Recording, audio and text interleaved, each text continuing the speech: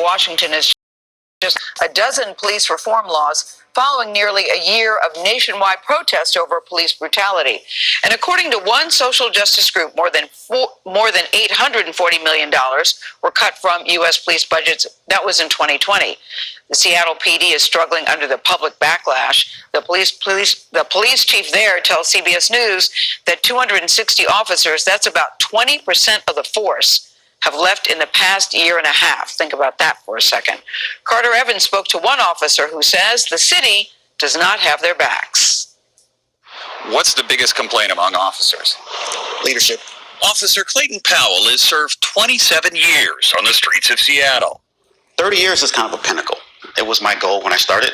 You're 3 years short of retiring now. The support that we had in my generation of policing is no longer there. Last summer's protest over the killing of George Floyd led to violent clashes with Seattle police. Powell says the stress on officers was compounded by city leaders' decisions to abandon a police precinct and letting demonstrators, some armed, occupy an entire neighborhood for a full month. When you've got rocks and bottles and in some cases cinder blocks thrown at you and we have to stand there and take it, it's discouraging. Were you told not to react? In most cases, yeah. When you see businesses get destroyed and families lose their livelihood because of that destruction, and we can't do anything about it, we're not allowed to intercede. You're not allowed to intercede? No. Our streets! City leaders allowed the police-free zone after protesters were repeatedly hit by tear gas, but closed it down after weeks of violence. The real issue here is that for generations, our Black and brown community members have been asking for more accountability. City Councilwoman Tammy Morales voted for a 13% cut in the police budget in November. We spend about $400 million a year on the police department. And as a city, we don't spend on the kind of things that could really support neighborhoods, affordable housing, neighborhood planning, small business development. So you're talking about taking that money and approaching a systemic problem at the ground level now. Yeah. We're here to fix a broken system. The money the council cut from police will be reallocated through a still undefined process involving committee members. All right, Shalom. I'm going to give all praises, honor, and glory to Yahweh, Ba'ashem Yahushua, Ba'ashem Kakadash, double honor to the apostles of GMS, and the sincere Shalom to the brothers out here pushing this truth and sincerity. And what we have here, as they was saying, they lost 260 Seattle cops during last year, and I guess up to this appointed time. That's close to 300. That's close to 300 of them leaving. As it was said, that's 20% of the force. Imagine 50%. These people still going wild. Crime is going to get higher. More stuff is going to happen. And then it's just going to come to a point where they're just saying, oh, there's no more police. Hey, you got into a fight? That's on you. Someone broke into your house? That's on you. There's no police to help you. And this is what we've been telling people, that this is these things that's going to happen. You want to defund the police? Well, these police are going to leave. These people think that's a good thing. Like, as if you can run a society without police. They're going to find out real hard that without the police, it's just chaos. See, there's always been an order to things. Now, people may think I'm saying this because I'm defending police. No. I'm saying this because this is prophecy. Due to these prophecies, when one thing collapsed, everything else collapsed like a domino effect. So if the police falls, the fire department falls, the hospital falls, and several other things fall in that order. And then you just had the simple apocalypse where everybody's going haywire, where everybody's going Mad Max on everybody. Then there you go. So there's actually a part I want to go back to, just go into it, because there was some key relevance to that. So I'm gonna play it right here. Violence.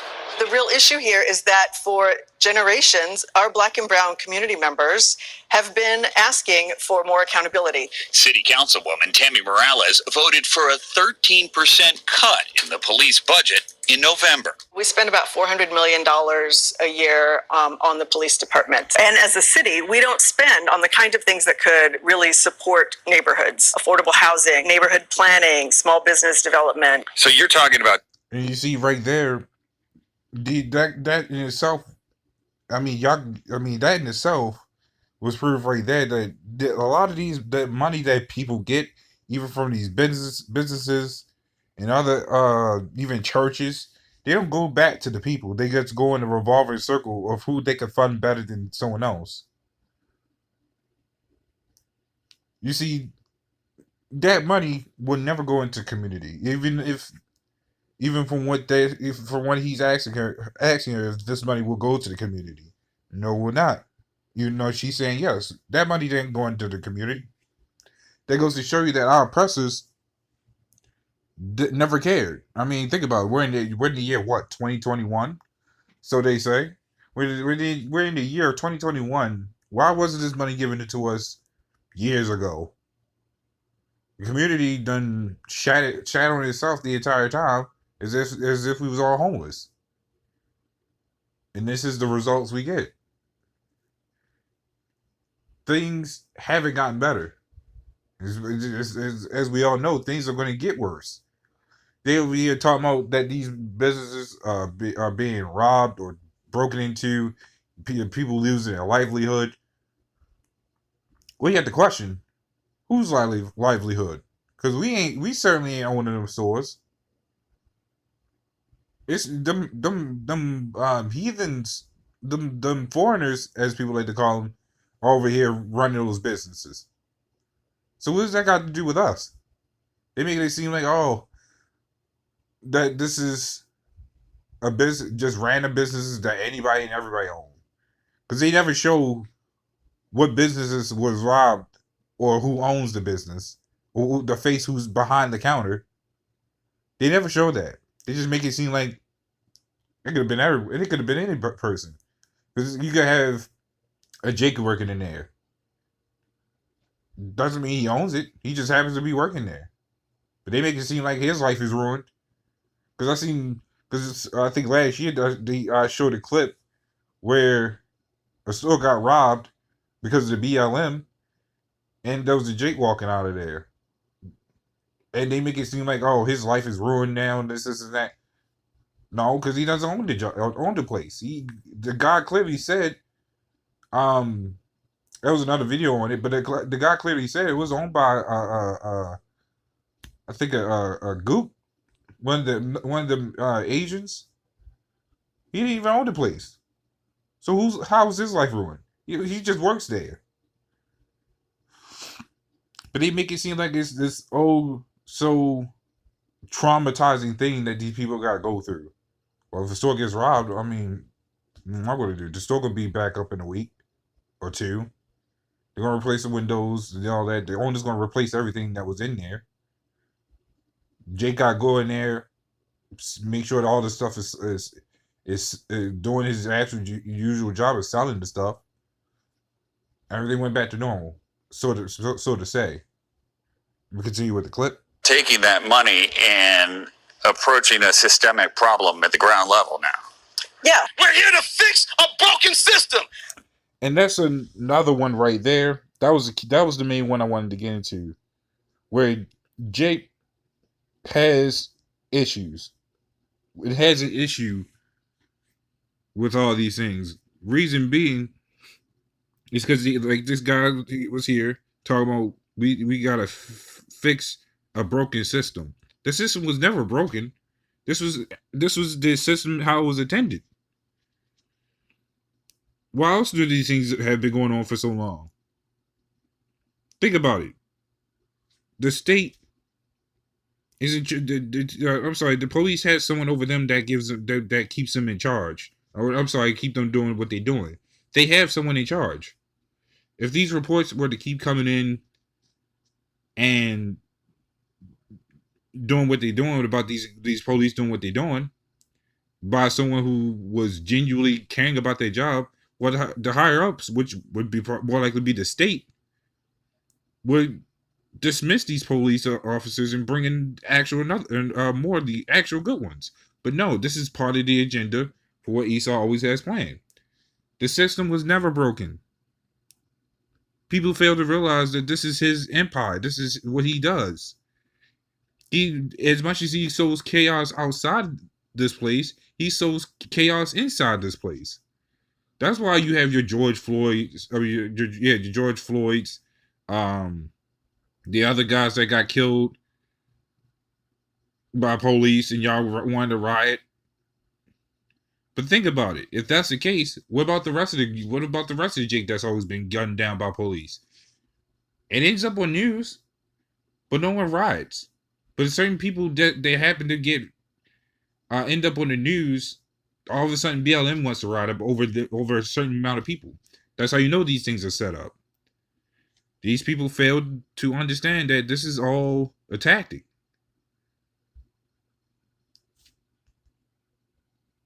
So I'm going to get this scripture right here.